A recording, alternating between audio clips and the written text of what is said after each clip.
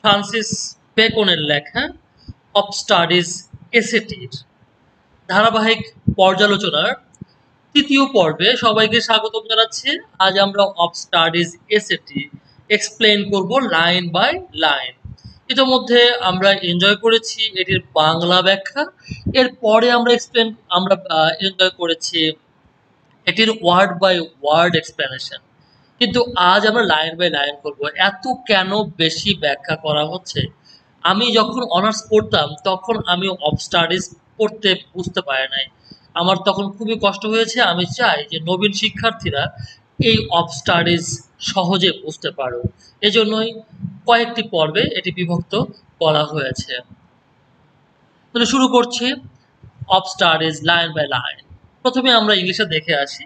Of studies অর্থ পড়াশোনা। আর পড়াশোনা মানুষকে কি দেয়? পড়াশোনা দেয় মানুষকে আনন্দ দেয়, পড়াশোনা মানুষকে ভাষার অলংকার দেয় এবং সক্ষমতা দেয়। তিনটি জিনিস দেয়, তিনটি খুবই পজিটিভ জিনিস। আনন্দ মানুষের খুবই পছন্দের বিষয়। ভাষার অলংকার, হ্যাঁ, ভাষার অলংকার থাকলে তার কথা, তার লেখা আকর্ষণীয় হয়ে থাকে। এবং সক্ষমতা তো যে কেউই চায় যে আমার সক্ষমতা সৃষ্টি হোক, সে যে কোনো সক্ষমতায় হোক না কেন। পরের লাইনে দেখছি আমরা, their chief use for delight is in privateness and retiring. তো আমরা ইংলিশটা বাংলাটা পড়ে আসি। পড়াশোনাটার প্রধান ব্যবহার আনন্দ উপভোগে। হ্যাঁ, আমরা দেখেছি যে আনন্দটাই বেশি মুখ্য। মানুষ যে পড়ে তার সবচেয়ে গুরুত্বপূর্ণ উদ্দেশ্য হচ্ছে সে সেখান থেকে আনন্দ পায়, আর সেটি পাওয়া যায় অবসরে। মানুষ যখন নিজে পড়ে, অবসরে পড়ে এবং ব্যক্তিগতভাবে পড়ে, তখন সে আনন্দ পায়।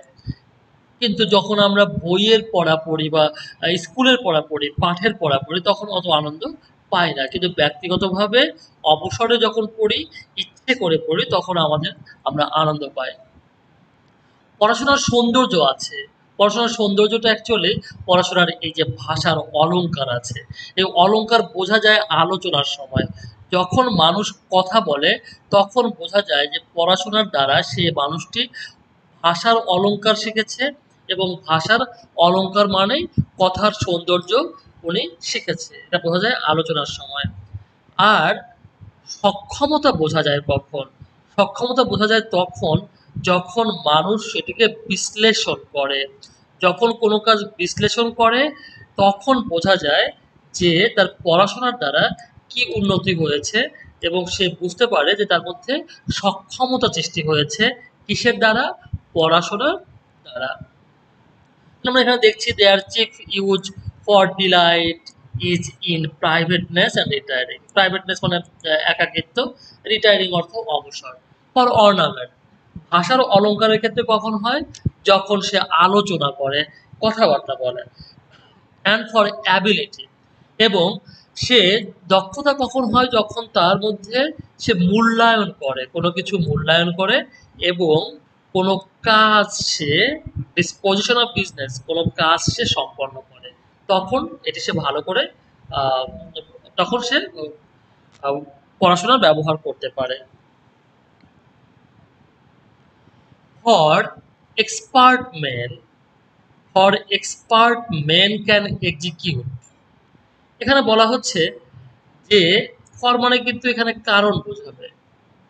উনি এর আগে যে কথাগুলো বললেন তারই ব্যাখ্যা করছেন। কারণ দক্ষ লোকেরা যে কোনো কাজ এক্সিকিউট করতে পারে, যে কোনো পরিকল্পনাকে কাজে পরিণত করাকে বলা হয় এক্সিকিউট করা। অ্যান্ড পারহ্যাপস জাজ অফ পার্টিকুলার্স, এবং তারা সম্ভবত যে কোনো বিষয় খুব খুঁটিনাটি, পার্টিকুলার্স মানে খুঁটিনাটি মূল্যায়ন করতে পারে, খুঁটিনাটি বিষয়গুলো সে দেখতে পারে ওয়ান বাই ওয়ান, এবং এটি সে যখন দেখে সে একের পর এক দেখে। কিন্তু এতক্ষণ আমরা দেখলাম যে এক্সপার্ট পিপুলরা কি করে। এক্সপার্ট পিপুলরা খুব খুঁটিনাটি করে কোনো বিষয় দেখে, খুঁটিনাটি বিষয় দেখে দেখে তারা বিশ্লেষণ করে কাজে হাত দেয় এবং কাজটাতে সফল হয়। কিন্তু সাধারণ লোকেরা, যারা আমরা সাধারণত যেটা করে থাকি সেটা হচ্ছে আমরা পড়াশোনা করি, কিন্তু পড়াশোনাটাকে কিন্তু আমরা ব্যক্তিগত বা পারিবারিক, সামাজিক, রাজনৈতিক জীবনে কাজে তেমন লাগাই না। বরং আমরা কি করে থাকি? আমরা পরামর্শ দিয়ে থাকি, আমরা লেকচার দিয়ে থাকি। এই যে আমি এখন লেকচার দিচ্ছি, আমি বিষয়টাকে আপনাদেরকে বোঝাতে চেষ্টা করছি। এটা কাউন্সেল করা। সাধারণ লোকেরা কি করে থাকে? সাধারণ লোকেরা পরামর্শ দেয়, শিক্ষা দেয়, শিক্ষক হয়। তাহলে কারণ দক্ষ লোকেরা তাদের পড়াশোনার শিক্ষা কাজে লাগাতে পারে, কারণ তারা সম্ভবত যে কোনো কিছু খুঁটিনাটি বিশ্লেষণ করতে পারে। কিন্তু সাধারণ লোকেরা তাদের পড়াশোনা থেকে যা শিখেছে তা অন্যদের পরামর্শ দেয়, অন্যদের শেখায়। যেমন আমরা নিজেরা এটা ব্যবহার না করলেও আমরা আমাদের শিক্ষার্থীদেরকে এবং সাধারণ মানুষদেরকে আমরা কি শিখেছি সেটি শেখাই। কিন্তু আমরা ২ ধরনের লোক দেখেছি অলরেডি। একটি এক্সপার্ট আর একজন হচ্ছে সাধারণ লোক। কিন্তু বিদ্বান ব্যক্তি যে কাজটি করে তার পড়াশোনার শিক্ষা দিয়ে সে পরিকল্পনা করে এবং সেই পরিকল্পনা উনি বাস্তবায়ন করে। এই হচ্ছে বিদ্বান ব্যক্তির স্পেশালিটি। সুতরাং পড়াশোনার সবচেয়ে বেশি ব্যবহার করতে পারে একজন বিদ্বান ব্যক্তি। হ্যাঁ, বিদ্বান ব্যক্তি, একজন পণ্ডিত ব্যক্তি, উনি পড়াশোনার সবচাইতে বেশি ব্যবহার করে। এক্সপার্ট ব্যক্তিও অতটা পারে না, আবার সাধারণ ব্যক্তি যারা জেনারেল পিপল তারা তো পারেই না। এরপরের লাইনে আমরা দেখছি পড়াশোনায় খুব বেশি সময় ব্যয় করা আলসেমি।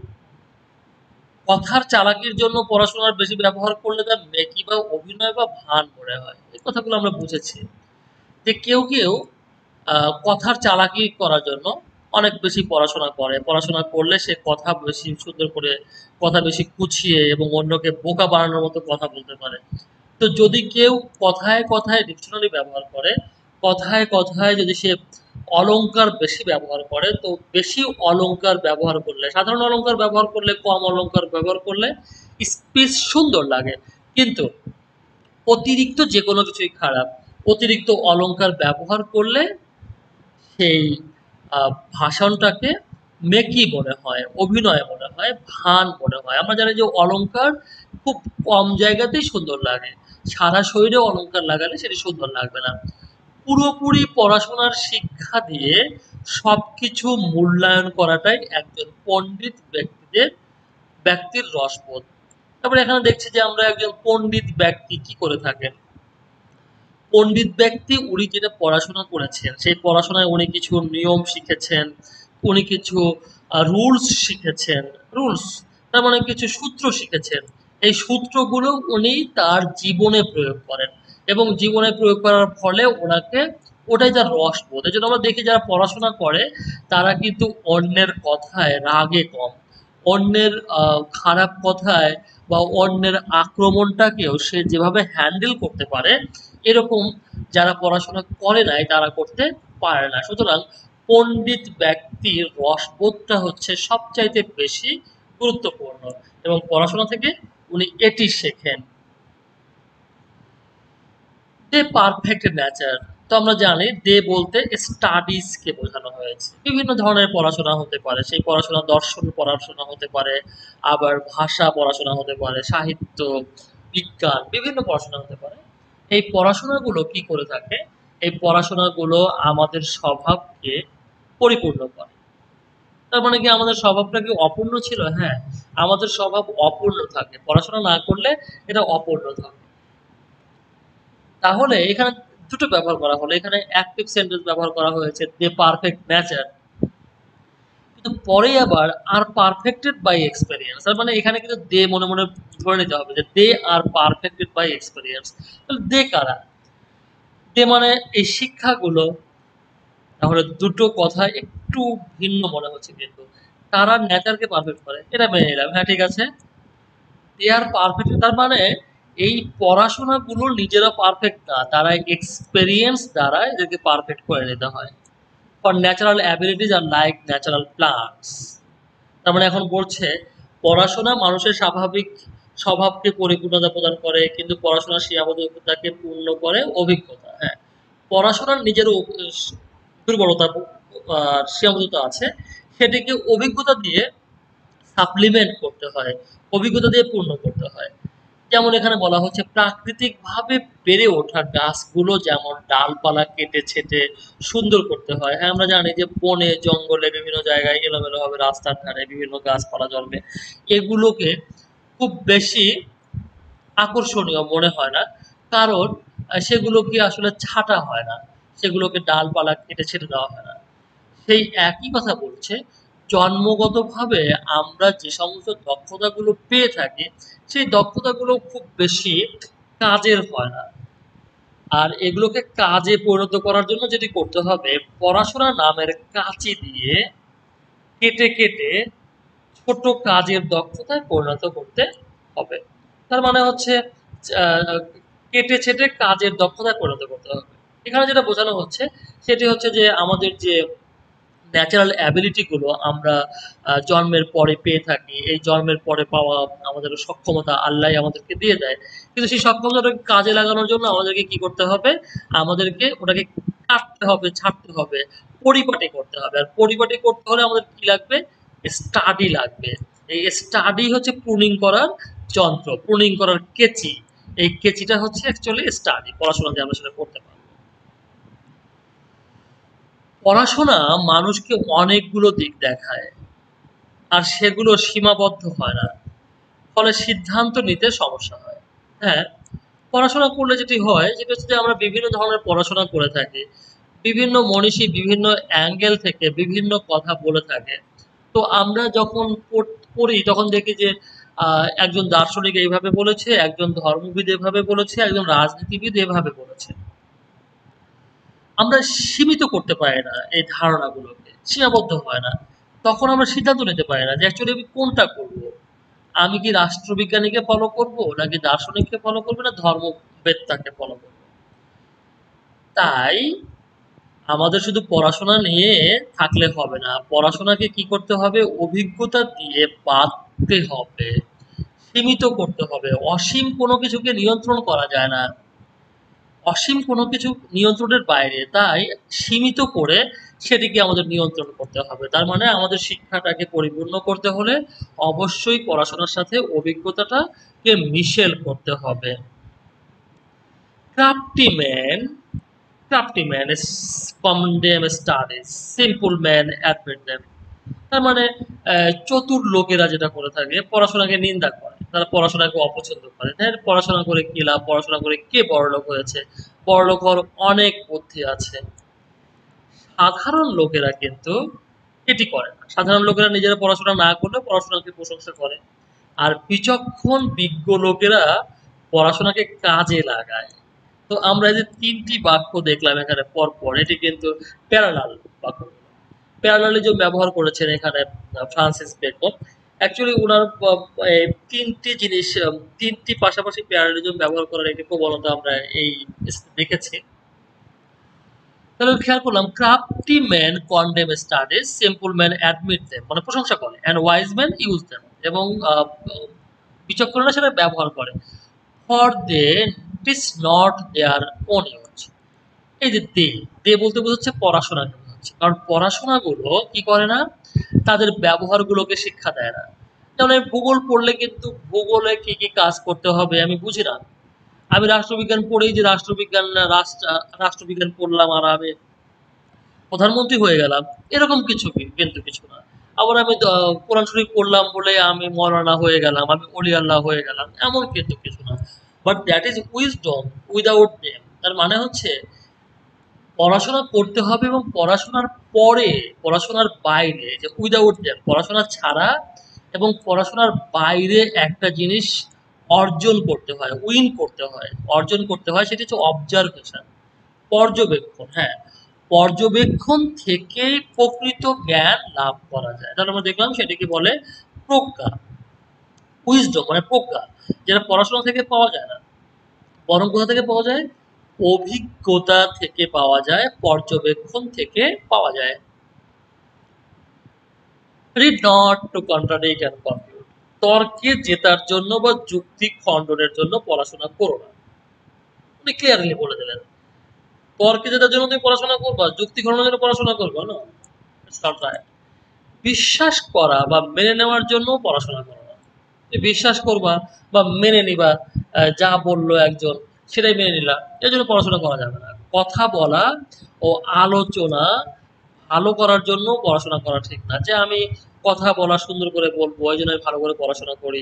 আলোচনা করব, আলোচনায় যেন আমাকে সবাই মনে করে যে হ্যাঁ, এ অনেক জ্ঞানী মানুষ, অনেক বুদ্ধিমান মানুষ, এই জন্য আমি পড়াশোনা করি না, এটিও ঠিক না। আবার উনি প্যারালেলিজম ব্যবহার করলেন ৩টি বাক্য পাশাপাশি।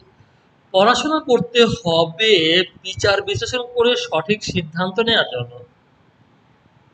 তার মানে সঠিক সিদ্ধান্ত নেওয়ার জন্য, কাজের জন্য। পড়াশোনা যেন কাজে লাগে। তাহলে আমরা এখানে দেখলাম যে read not to contradict and confuse, তার মানে ঝগড়া করা বা যুক্তিকরণের জন্য, not to believe and take for granted, take for granted মানে মেনে নেওয়া, মেনে নেওয়ার জন্য, বিশ্বাস করার জন্য না। Not to find talk and discourse মানে আলোচনা করব এবং কথা বলবো বড় বড়, এই জন্য আপনি তা না, তা না। বরং ওয়ে করতে হবে এবং কনসিডার করতে হবে। তার মানে বিশ্লেষণ করতে হবে, বিচার বিশ্লেষণ করতে হবে এবং সিদ্ধান্ত নেওয়ার জন্য পড়াশোনা করতে হবে। Some books are to be tested, কিছু বই চেখে দেখতে হবে। অন্য বইগুলোকে গোগ্রাসে গিলে খেতে হবে, তার মানে খুব দ্রুত পড়তে হবে। কিছু বই সামান্য পড়ে শেষ, আর কিছু বই সামান্য পড়ে হবে না, সেটাকে কি করতে হবে, খুব দ্রুত পড়ে ফেলতে হবে, শেষ করে ফেলতে হবে। And some few to be chewed and digested, সেটাই বলছে। কিছু বই চোখে চেখে দেখার মতো করে পড়তে হবে, অন্যগুলো গোগ্রাসে গেলার মতো করে পড়তে হবে। খুব কম সংখ্যক, সামান্য সংখ্যক বই আছে যেগুলো চিবিয়ে চিবিয়ে হজম করার মতো করে পড়তে হবে। তার মানে খুব সময় নিয়ে, প্রচন্ড মনোযোগ দিয়ে বিশ্লেষণ করে প্রত্যেকটা ওয়ার্ড বাই ওয়ার্ড পড়তে হবে। দ্যাট ইজ, তার অর্থ উনি এখানে ব্যাখ্যা করছেন। তার অর্থ হলো কিছু বই আংশিক পড়তে হবে আর কিছু বই পড়তে হবে খুব মনোযোগ না দিয়ে, খুব মনোযোগ না দিয়ে। আর খুব কম সংখ্যক বই আছে যে বইগুলো আমাকে পড়তে হবে নিষ্ঠা দিয়ে, পরিশ্রম দিয়ে এবং আন্তরিকতা দিয়ে। Reading make a full man, পড়াশোনা মানুষকে পরিপূর্ণ মানুষে পরিণত করে। কনফারেন্স, আলোচনা মানুষকে প্রস্তুত মানুষে পরিণত করে। প্রস্তুত বলতে এখানে বোঝানো হচ্ছে উপস্থিত বুদ্ধি সম্পন্ন মানুষে পরিণত করে। তাহলে আমরা দেখছি পড়াশোনা মানুষকে পরিপূর্ণ করে, আলোচনা করলে মানুষের মধ্যে উপস্থিত বুদ্ধির সৃষ্টি হয়, এবং লিখলে শুধুমাত্র মানুষ পারফেক্ট হয়, পরিপূর্ণ হয়, খাঁটি হয়, এক্সাক্ট ম্যান, খাঁটি মানুষে পরিণত হয় কখন, যদি সে লেখে। Reading adds perfection to man's personality, এবং পড়াশোনা আরও একটি কাজ করে থাকে, সেটা হচ্ছে মানুষের ব্যক্তিত্বে পরিপূর্ণতা যুক্ত করে। একজন মানুষের ব্যক্তিত্ব অসম্পূর্ণ থেকে যায় যদি সে পড়াশোনা না করে। And therefore if a man right little, তাই যদি কোনো মানুষ কম লেখে, লেখার অভ্যাস যদি কারো কম থাকে, তাহলে তার অভাব আছে কিসের, নিড বলতে এখানে বোঝানো হচ্ছে অভাব। তার অভাব আছে স্মৃতি। যার, যে লিখবে কম তার স্মৃতি শক্তি বৃদ্ধি পাবে না। তাহলে সেই শক্তি বাড়ানোর জন্য আমাদের লিখতে হবে। যদি কোনো মানুষ কথাবার্তা কম বলে, মানুষের সাথে আলোচনায় কম যায়, নিজেকে গুটিয়ে রাখে, তাহলে কিন্তু তার উপস্থিত বুদ্ধির সৃষ্টি হবে না। প্রেজেন্ট উইথ মানে কখন হুট করে কোনো কথা বলতে হবে বা কোন কথার পরে কোন কথা বলতে হবে, এটি সে বুঝবে না। And if he red little, এবং যদি সে কম পড়ে থাকে, পড়াশোনা কম করলে কি হবে, তার বুদ্ধির অভাব হয়ে যাবে। মাঝখানে মানে বুদ্ধির খুব কম, বুদ্ধি খুব কম থাকবে তার, অনেক বুদ্ধি থাকবে না। To seem to know that he don't learn, এবং দেখে তাকে বোঝা যাবে যে তার বুদ্ধি নাই, সেটি স্টুপিড। তাহলে কি বলা হচ্ছে, আর তাই যদি কেউ কম লিখে তার স্মৃতি দুর্বল হয়, কেউ আলোচনা কম করে তার উপস্থিত বুদ্ধি কম থাকে, আর যদি কারো পড়াশোনা কম থাকে তাহলে তার বুদ্ধি কম থাকে। বোঝা যায় যে তার পড়াশোনা অনেক কম। তার মানে যে লোকটা পড়াশোনা করে না তাকে দেখেই বোঝা যায় যে না, উনি পড়াশোনা করেন। ইতিহাস পড়লে মানুষ জ্ঞানী হয়, বিচক্ষণ হয়। কবিতা পড়লে মানুষ, কবিতা পড়লে মানুষ কি হয়, কবিতা পড়লে মানুষ আহ, সাধারণ জ্ঞান সম্পন্ন হয়। তার মানে আহ, উপস্থিত বুদ্ধি সম্পন্ন হয়, উপস্থিত আহ, বুদ্ধি সম্পন্ন হয়।